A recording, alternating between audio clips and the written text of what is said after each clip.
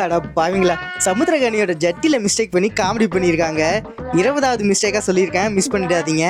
வடசென்னை படத்தில் இருக்கிற 49 மிஸ்டேக்ஸை இந்த வீடியோவில் பார்க்க போகிறோம். இந்த சாமி பட்டை எங்கே வந்திருக்காங்கன்னு பாருங்க, தனுஷ்க்கு பின்னாடி. ஆனால் அடுத்த ஷாட்லேயே வேற ஆங்கிள் இருந்து காட்டும்போது தனுஷை விட்டு தள்ளி கொஞ்சம் சைடாக இருக்கு. இவர் பாருங்க, உஷாரா சாகும்போது கூட செருப்பை சேஃப்டி பண்ணியிருக்கிறாரு. தனுஷ் எட்டி உதச்சதுல சாய்தீனாவோட செப்பல் ரெண்டும் கலந்து வந்துடுச்சு. அவர் பைக்கில் சாஞ்சிருக்கும் போதும் செருப்புங்க தரையில தான் இருக்கு. ஆனால் ஃப்ரெண்ட்ஸுங்க வந்து தொட்டு விழும்போது அந்த செருப்பு அவர் காலில் தான் போட்டிருக்கிறாரு பாருங்க. ராஜன் சாகும்போது ஆண்ட்ரியா, அவங்க சப்போர்ட்ரு, அப்புறம் சாய்தீனா இவங்கள பாருங்க. அதுக்கப்புறம் 9 வருஷம் கழிச்சோம் இவங்க எல்லாரும் இளமையாக அப்படியே தான் இருக்காங்க. அப்படி என்ன சாப்பிட்றாங்க இவங்க?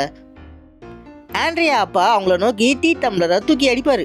நீங்கள் ஒன்றும் பதறாதீங்க மக்களே, அந்த டீ டம்ளரில் ஒன்றுமே இல்லை. அவங்க குடும்பத்தில் என்ன பஞ்சமோ பாவம், அந்த டீ டம்ளரில் டீயே இல்லை.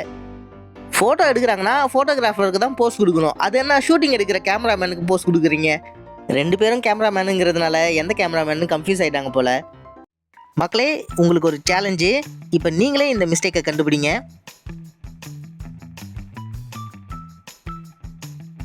மறுபடியும் பாருங்கள், ஈஸியாக கண்டுபிடிச்சிடலாம், க்ளூலாம் தேவையே இல்லை இதுக்கு. மறுபடியும் வேணும்னா பேக் போய் பாருங்கள், பார்த்துட்டு மிஸ்டேக்கை கண்டுபிடிங்க. இதில் என்ன மிஸ்டேக் இருக்குன்னு நான் வீடியோவோட கடைசியில் சொல்கிறேன். ராஜன் அசிஸ்டன்ட் கமிஷனரை அடிக்கும்போது ஒரே ஒரு போலீஸ் கூட கன்று வச்சில்ல. அந்த காலத்து போலீஸ் டிபார்ட்மெண்ட் அந்த அளவுக்கு காசு இல்லாமல் வறுமையில் வாடிச்சோ. ராஜன் அட்டாக் பண்ணுற சீனில் ஹோட்டலில் சேருங்க தரையில் தான் இருக்குது. கொஞ்சம் செகண்ட் தான் ஆகியிருக்கோம். மறுபடியும் லாங் ஷாட்டில் காட்டும்போது அந்த சேருங்கெல்லாம் டேபிள் மேலே இருக்குது. யார் மக்களே, யார் அந்த வேலைக்காரு? மேன் ஆஃப் தி எம்ப்ளாயி அவார்டே கொடுக்கலாம். வண்டிக்கு முன்னாடி வெடிச்சதுல விண்ட்ஷீல்டு ஃபுல்லா டஸ்ட் பரவி இருக்கு. வைப்பர் போட்டாலும் வைப்பர் இருக்கிற இடத்துல தான் கிளீன் ஆகியிருக்கு. ஆனா தனுஷ் வந்து பேசும்போது அந்த கண்ணாடி ஃபுல்லா கிளீன் ஆகியிருக்கு. அங்க தனுஷ் மட்டும் தான் வெளியே இருக்கிறாரு, அவரை கிளீன் பண்ணியிருப்பாரு.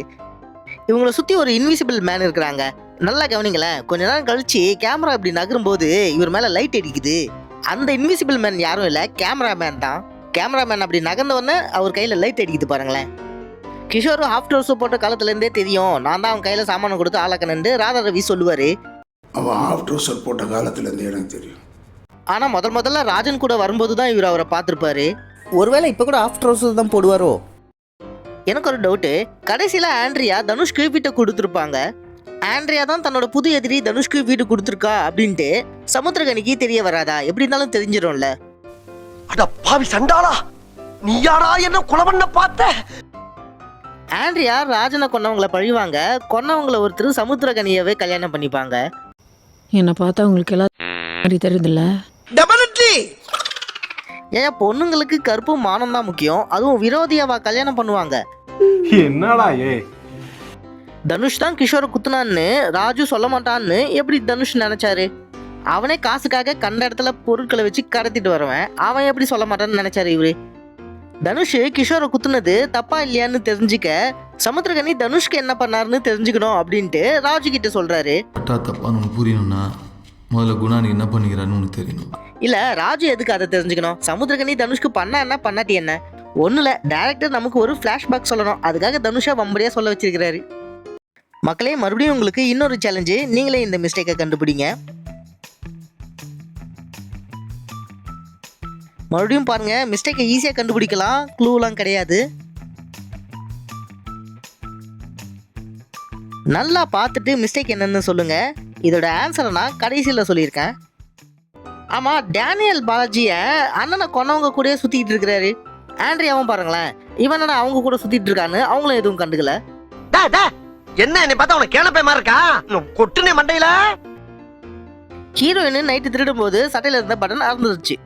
ஜென்ரலாக என்ன பண்ணிருக்கணும்? வீட்டுக்கு போனவனா சட்டையை மாற்றி வேற ட்ரெஸ் போட்டிருக்கணும். அதானே உலக வழக்கம். ஆனால் ஹீரோயின் அடுத்த நாளும் அதே பட்டன் இல்லாத சட்டையை தான் போட்டுட்டு இருக்கு. கர்மம் குளிச்சுதா இல்லையான்னு கூட தெரியல. கர்மா என்ன இப்படி நாறுது? தனுஷ் அடுத்த நாள் டவர் மேலே ஏறி பார்ப்பாரு. ஆமாம், அவர் எப்படி அதே பொண்ணு அதே ட்ரெஸ்ஸை போட்டுட்டு இருக்கோம், கண்டுபிடிச்சிடலாம் பார்த்து அப்படின்னு நினைச்சாரு. வேற ட்ரெஸ் மாற்றிருந்தா கண்டிப்பாக தெரிஞ்சிருக்காதே. மக்களே, முன்னாடியே சொல்லியிருந்தேன் சமுத்திரகனியோட ஜட்டியில் ஒரு மிஸ்டேக் பண்ணியிருக்காங்கன்னு. 20வது மிஸ்டேக்கு முக்கியமான மிஸ்டேக் இது. நல்லா பாருங்க, சமுத்திரகனி இதில் பிளாக் கலர் ஜட்டி தான் போட்டிருக்கிறாரு. ஆனால் கொஞ்ச நேரத்தில் அது ப்ரௌன் கலர் ஜட்டியாக மாறிடுச்சு. இதோ நல்லா பாருங்களேன். மறுபடியும் சில செகண்ட் கழிச்சு அது Black கலர் ஜட்டியாவே மாறிடுச்சு. ஐ திங்க் உட்கார்ந்துருக்கிற ஆங்கிளில் காட்டும்போது சமுத்திரக்கனியோட டூப்புன்னு நினைக்கிறேன். அந்த டூப்புக்கு ஒரு Black கலர் ஜட்டியை கொடுத்துருக்க கூடாது. மக்களே, இன்னொரு காமெடியான மிஸ்டேக்கு, அதை பார்த்தா பைக் கம்பெனிக்காரங்களே ஷாக் ஆகிடுவாங்க. 49வது மிஸ்டேக்கில் லாஸ்ட்டாக சொல்லியிருக்கேன். பேக்ரவுண்டில் கதையை நேரேட் பண்ணுறவர் டேரக்டர்னு நினைக்கிறேன். எப்போ பார்த்தாலும் ராஜன் சாவு தான் தனுஷ் வாழ்க்கையை மாற்றிச்சு, ராஜன் சாவு தான் தனுஷ் வாழ்க்கையை மாற்றிச்சின்னு சொல்கிறாரு. ஆனால் அந்த சாவு அவனை தடுத்து நிறுத்துச்சு, தன்னோட வேட்டையை ஆரம்பிச்சது.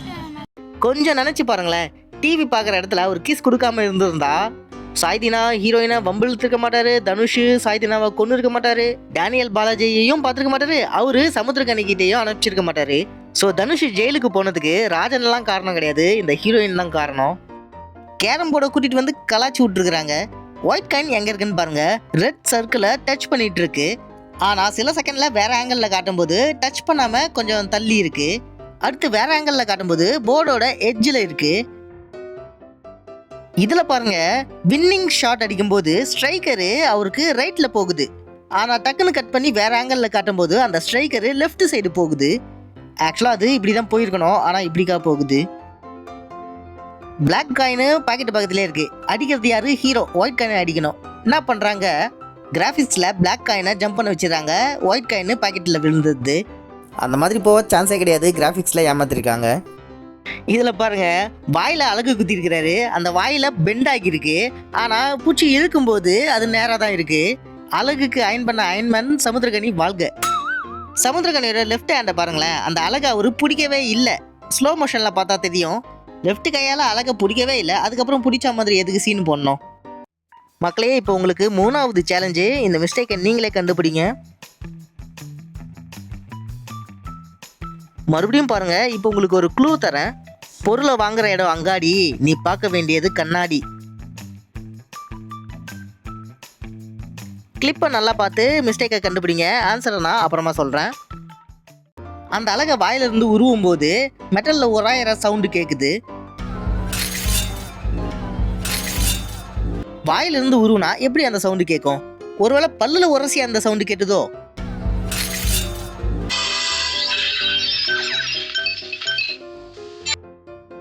சமுத்திரக்கனி அழகை வச்சு எங்க குத்துறாருன்னு கவனிங்க.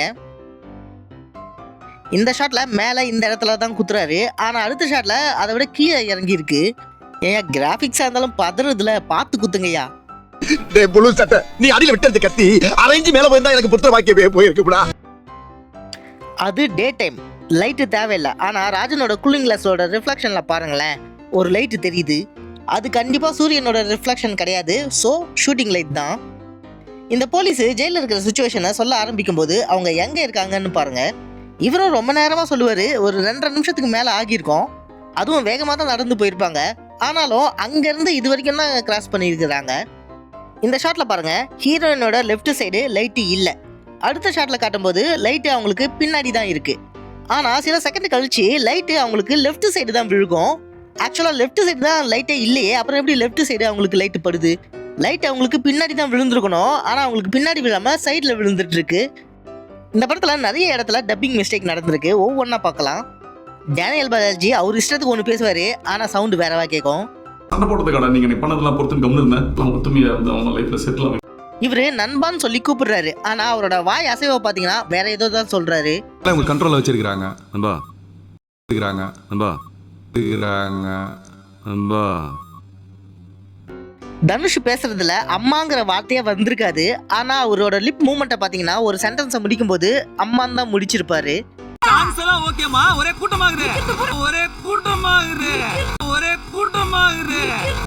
இதுல தனுஷோட ஃப்ரெண்ட் பேசுற மாதிரி கேட்கும், ஆனா அவரோட வாயே அசைஞ்சிருக்காது.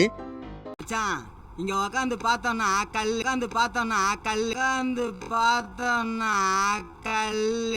மக்களே, உங்களுக்கு கடைசி 4வது சேலஞ்சு. இந்த மிஸ்டேக்கை கண்டுபிடிங்க. மறுபடியும் பாருங்க, இப்போ உங்களுக்கு ஒரு க்ளூ தரேன். ஐரோப்பாவில் இருக்கும் பேர் மார்கரெட்டு, நீங்க பார்க்க வேண்டியது சிகரெட்டு. நல்லா பார்த்து மிஸ்டேக்கை கண்டுபிடிங்க. ஆன்சரை நான் இன்னும் கொஞ்ச நேரத்தில் சொல்ல போகிறேன். இந்த சிகரெட் அந்த டேபிளில் இருந்தால் தானே நான் உனக்கு பிரச்சனை, சேலஞ்செல்லாம் வைப்பேன் அப்படின்ட்டு அடுத்த கொஞ்ச நேரத்தில் அது காணாமல் போயிடுச்சு பாருங்களேன். இந்த போலீஸ் பேசுறது ஒன்றா இருக்கும், ஆனால் அவரோட வாய் அசைவு வேறவா இருக்கும். இருக்கலாமா நாத்து கஷ்டப்பட்டேன் இதில் ஆண்ட்ரியா ஒன்று பேசுவாங்க, ஆனால் அவங்களோட வாய் அசைவு வேறவா இருக்கும். எனக்கு நீ யாரும் இல்லை, முடிக்கிறதுக்கு நிறைய வேலை ஆகுது. எனக்கு நீ யாரும் இல்லை, முடிக்கிறதுக்கு நிறைய வேலை ஆகுது. இவங்க வாய் அசைவை பார்க்குறீங்கன்னா அப்படி இல்லை அப்படின்னு தான் சொல்கிறாங்க. ஆனால் அதுக்குண்டான சவுண்டு என்ன வருதுன்னு கேளுங்களேன். எனக்கு ஒரு புருஷன் தாங்கிறாரு,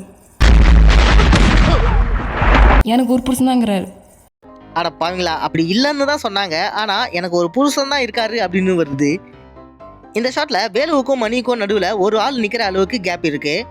ஆனால் டக்குன்னு வேறு ஆங்கிளில் காட்டும்போது கொஞ்சம் தான் கேப் இருக்கும். தனுஷை இன்ட்ரடியூஸ் பண்ணும்போது ஒரு மிஸ்டேக் பண்ணியிருக்காங்க. டோர் இருட்டாக தான் இருக்குது, லைட் எதுவும் படலை அதில். ஆனால் அடுத்து வேறு ஆங்கிளில் காட்டும்போது அந்த டோர் மேலே நல்லா லைட் விழுந்துட்டுருக்கு. தாஸை போலீஸு 2 வாட்டி அடிப்பார், ஆனால் அந்த 2 வாட்டியும் படாது பாருங்களேன். இது 1, 2வது பார்ப்போம்.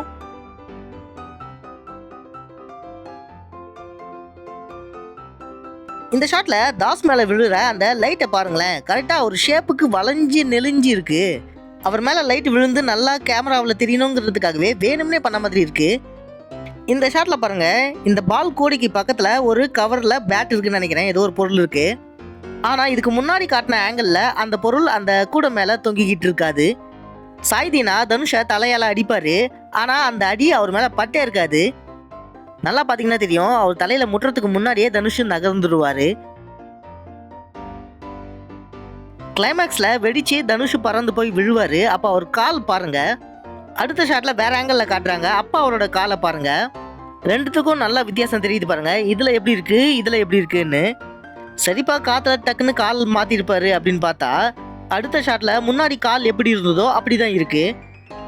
மக்களே, பைக் கம்பெனிக்காரங்களே பார்த்து ஷாக் ஆகிற மிஸ்டேக்கு 49வது முக்கியமான மிஸ்டேக்கு. இந்த ஷாட்டில் பேக்ரவுண்டில் வர அந்த பைக்கோட பேர் ஸ்ப்ளெண்டர் ப்ளஸ்ஸு. அந்த ஸ்ப்ளெண்டர் ப்ளஸ்ஸு 2004 வருஷம் தான் லான்ச் பண்ணுறாங்க. ஆனால் கதை நடக்கிறது 2000 வருஷம். அது எப்படி அந்த பைக் வர்றதுக்கு 4 வருஷத்துக்கு முன்னாடியே அந்த கம்பெனிக்காரங்களுக்கே தெரியாமல் இவர் பைக் ஓட்டிகிட்ருக்காரு. மக்களே, இப்போ சேலஞ்சஸ் சொன்னல, அதோட ஆன்சரை சொல்லிடுறேன். ஃபஸ்ட்டு சேலஞ்சுக்கான ஆன்சரு, தனுஷோட ஆப்போனண்ட்டுக்கு முன்னாடி கேரம் போர்டில் இந்த இடத்துல பிளாக் காயினே இல்லை, ஆனால் அடுத்த ஷாட்டில் அந்த இடத்துல பிளாக் காயின் இருக்குது. 2வது சேலஞ்சுக்கான ஆன்சரு, இந்த கார்னரில் இருக்கிற 4 காயின்ஸையும் சென்ட்ரலில் இருக்கிற காயின்ஸையும் நல்லா வாட்ச் பண்ணிக்கோங்க. அடுத்த ஷாட்டில் மாறப்போகுது பாருங்களேன். அடுத்த ஷாட்டில் அந்த காயின்ஸ்லாம் இடம் மாறி இருக்கு. தனித்தனியாக பார்த்தா தெரியாது, ரெண்டுத்தையும் ஒன்றா காட்டுறேன், அப்போ பாருங்கள் நல்லா தெரியும். 3வது சேலஞ்சுக்கான ஆன்சரு, அங்காடி கண்ணாடி. ராஜன் போட்டிருக்கிற கண்ணாடி ரிஃப்ளெக்ஷனில் பாருங்களேன், ஷூட்டிங்க்கு யூஸ் பண்ணுற பாக்ஸ் லைட்டு தெரியுது பாருங்களேன். 4வது சேலஞ்சுக்கான ஆன்சரு, மார்கரெட்டு சிகரெட்டு. டேபிளில் இருக்கிற அந்த சிகரெட்டை பாருங்களேன், இந்த ஷாட்டில் அவரோட கைக்கு பக்கத்தில் இருக்குது, ஆனால் அடுத்த ஷாட்டில் டம்ளருக்கு பக்கத்தில் இருக்குது. அவ்வளோதான், இந்த வீடியோ முடிஞ்சிருச்சு. நல்லா இருக்கிறியாண்ணா? நான் நல்லா இல்லை. சிங்க மாதிரி இந்த மனுஷனை என்ன பண்ணி வச்சுக்கிறாங்க பாரு.